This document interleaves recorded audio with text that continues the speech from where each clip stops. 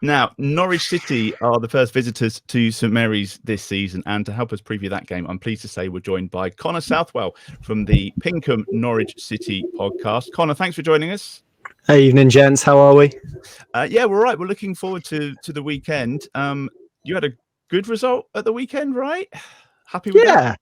Yeah, I think so. I think everyone with a Norwich persuasion was pleasantly surprised. It's there's not been a lot of optimism or expectation around the club, I would say, this summer, which is a really interesting position to be in, given I think the character, or how Norwich are characterised as a club that bounces between the two divisions. That really hasn't been the case. I think most people probably expected them to be somewhere in the 5 to 10 bracket, and that was seen as being quite optimistic. So yeah, I think the performance was probably more pleasing than the result, I would say, because even though I know it looks a 96th minute winner and they've come from behind, I know how that looks, but actually they completely dominated the game, which wasn't the case for a lot of last season when they played when they played. So yeah, I think there's a lot to be positive about, but it feels like this weekend is probably a bigger and maybe even truer test of where they are in their progress.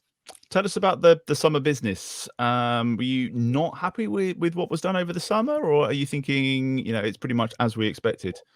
Yeah, it's been a bit solid, if not unspectacular, I think is how I'd describe it. I don't think, Ashley Barnes, Shane Duffy, maybe even Jack Stacey are players who you look at and they really get the pulse racing. I don't think they are those type of players, but Norwich have tried to go down a different route. They kind of, if they faced adversity last season, they really wilted.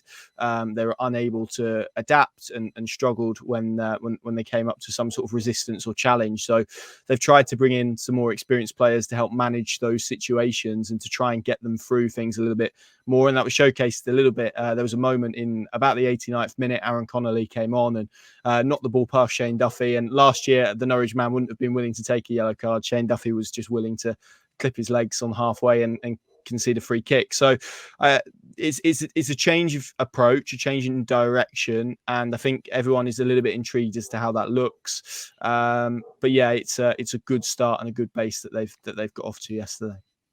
And Alfie, no disrespect to Sheffield Wednesday, but do you think this is kind of like the first proper test of where we are? Because this is going to be a different game than the one on Friday night, the opener. Well, I think it's a different test. I think, to be fair, going to Hillsborough on a Friday night was a relative test. I thought Sheffield Wednesday were somewhat organised. They were pretty. They didn't fancy pressing. They let Southampton have the ball, and that was why those numbers came. But I don't know much about Norwich. Connor's the man to ask. But yeah, he's absolutely right with that perception of they're the team that you'd always think would be in the top 6 or top 10. So I think with the home crowd, that goal by Cherms would have done them a lot of favours. I think Saints will have a lot more time in the first half now. There won't be as many waves to get the ball forward when it is being played around the back in the 30th minute and it's still 0-0. So I think that it's a game that Southampton should win. I think it's a game that Russell Martin will expect his side win, to be honest with you. I think it might be tough, but you probably want to start your home season well. We've had a few good games over the years as well, Steve, haven't we? There have been some good encounters. Yeah, my particular favourite was actually the Johnston's Paint game where Grant Holt threw himself on the floor in the 94th minute, only to turn around and see that we'd stuck in a injury time equaliser right where he should have been defending, and we went on to lift the trophy. That was my particular favourite, but I think I would imagine most 13 years ago now or something. God, yes, yeah, 2010. Going back further than that, we've had some ridiculous games with Norwich. We had the 4-3 the year we went down in 2005, where Henri Camara scored about 3 minutes from the end. But that game was mental. It was 3-3 at half time. Neither side could defend to save their lives. And as it turned out, that was basically the problem in sending both of them down to the Championship. And then the slightly older amongst us will remember 94-95, where Ken Moncow in the last minute pops up at Carrow Road for a 5-4 win, which was equally preposterous. So yeah, there's usually goals in the games between the two sides. It'll be fascinating to see what Norwich try to do away from home. David Wagner has kind of given the impression before that he's the sort who away from home will be quite pragmatic. And it'll be interesting to see how patient we are, both the team and the fan base, with kind of passing sideways and trying to go back around the other side, and trying to make sort of make space in different ways. Before, I mean, as Alfie said, before someone's shouting, "Get it forward." Mm-hmm. But I mean, Ashley Barnes will score because Ashley Barnes always scores against us. But other than that, I think you could. I mean, as has been said, I think realistically, coming down with a Premier League squad, you've got to expect to win your home games. And unfortunately, while Norwich have now got out of the sort of yo-yo effect, so they don't have that sort of, we'll just go again and we'll win the league again now. That sort of belief that they must have had every time they went down in sort of recent years. But that seems to have kind of been sapped away, largely thanks to Dean Smith. And I think it's a rebuild job for Wagner, and he's not, by the sound of it, he's not overly popular. I don't know.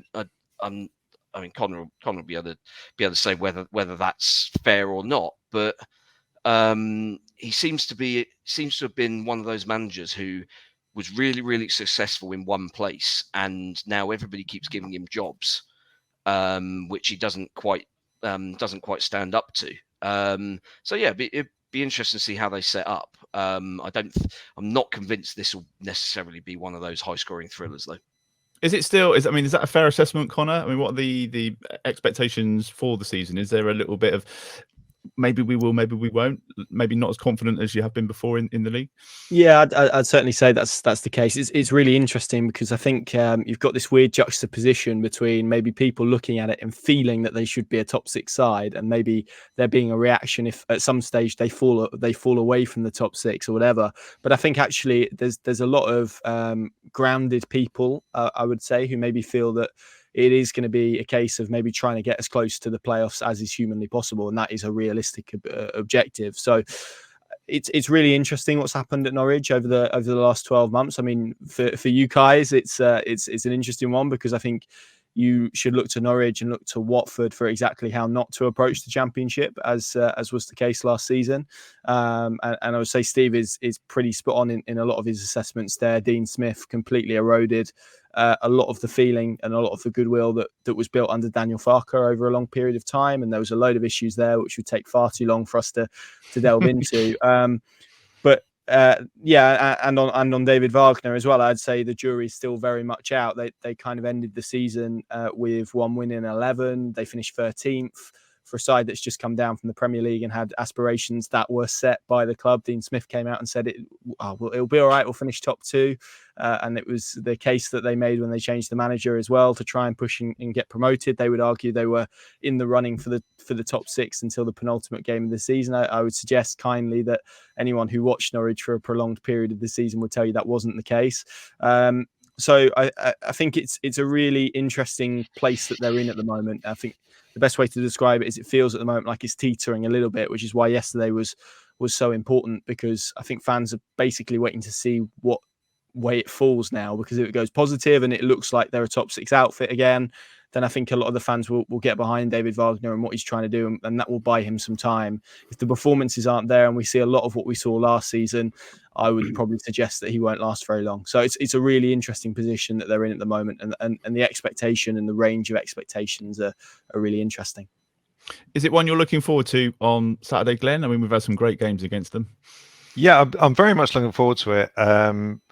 For the simple reason it's a massive game for us, because our home form has been woeful since about 2016.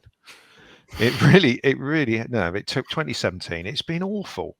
You know, they're really, I mean, what was it, 2 home wins last season? So, you know, we said last week before we played Sheffield Wednesday that there's got to be a big about turn, just regardless of the fact that we've gone down a division, that there has to be a big about turn in the way we are going about things in order to, you know, turn us from a losing team into a team that wins occasionally. Now, the first step was Friday night against Sheffield. The next step is to do it at home. So it'll be interesting to see how Norwich approach the game and how that, I mean, we know what we're going to do. We're going to try and pass Norwich to death, and it's just a case of whether we can do that. To be honest, from what I've seen, and it's not much, I quite like the way Norwich have gone for sort of experience in the centre back positions, and you've got Ashley Barnes up front as a focal point. That both Shane Duffy, Ben Gibson, and of course Barnes, they'll be a threat to us because set pieces, physicality, which is there's still question marks to be answered, questions to be answered about how we deal with that. So it'll be an interesting game. And your goalkeeper, of course, is one of our fans, one of our favourites. One of our favourites. So so it'll be an interesting game. I mean, regardless of who the opposition are, I'm looking to how we approach home games. And Alfie said earlier on that the last 5-minute goal, whatever it was, against Sheffield, sort of justified to a lot of fans the way that Russell Martin wants to play his football and stuff like that, and give everybody a boost. Doing it at home, if we can get a win on Saturday, that'll be massive to get a vast majority of our fan base on side. So so I'm looking forward to it from that point of view. Norwich will be more of a test, I think, than Sheffield Wednesday were, but it's a game that after Friday I'm quite confident about how we're going to approach it, and hopefully we'll come out on top. All right, I'm going to ask you all for score predictions in just a moment. Connor, since you're on, Max Aarons, is it the right back not in the squad yesterday? Obviously been linked with a move away. Can you tell us any more about him as a player? Was he injured yesterday? He's not been in the squad for the entirety of pre-season. So I saw quite a few people getting a little bit excited about this. But that's and David Wagner said after the final pre-season friendly last week that he wouldn't be in the squad. He's been away with England under 21. So he only returned about 2 weeks ago, so he's not really fit. That being said, he is available, and I think Norwich would quite like somebody to buy him. So if the money is right, then I think they would take it. I mean, as a player, I watched Southampton on Friday night. I think they've been the most impressive of the three relegated sides based on the evidence of the opening weekend, which probably means nothing in reality. But the way Russell Martin likes to play, the way that the fullbacks like to get forward, he would slot into that team pretty seamlessly. I would suggest his track record in the Championship shows he's one of the best attacking right backs at this level. Norwich have made a point, and Sporting Director Stuart Webber has come out and said that he's outgrown Norwich, and he said this at the start of the summer, and that they couldn't help him. He's also in the final 12 months of his deal, so that probably makes it a little bit more urgent. So yeah, I would expect movement on him. Whether that's to Southampton or not, I guess we'll see, but it would make a lot of sense for a lot of reasons, I would suggest. Okay, I appreciate you clearing that up. Let's go around the screen with the score predictions then for Saturday. Steve, I'm going to come to you first, please. I think we'll back up Friday with an identical score, 2-1 win. Okay, Glenn. A little bit more optimistic. I'll go 3-1. Okay, Alfie. Yeah, I don't think a clean sheet is quite there yet, so I'm going to go 2-1 as well, if that's all right. I'm going to stick a 2-2 draw because I kind of agree about the clean sheet. I don't think it's quite there yet, but 2-2 for me. And Connor, score prediction from you. We won't hold you to this. We won't tag you in everything. I kind of feel like I've got to be positive because I'm representing Norwich. So I'll go. This maybe isn't. I'm going to contradict myself. I'm going to go for a 1-1 draw and sit nicely on the fence. That seems like a nice place to be. So yeah, Norwich to score on the counter. All right, that's been really insightful. So thanks for coming on. And if it's all right with you, we'll catch up again later in the season. Lovely stuff. Thanks, gents. Good to see you all. Cheers, Connor. Take care. Cheers.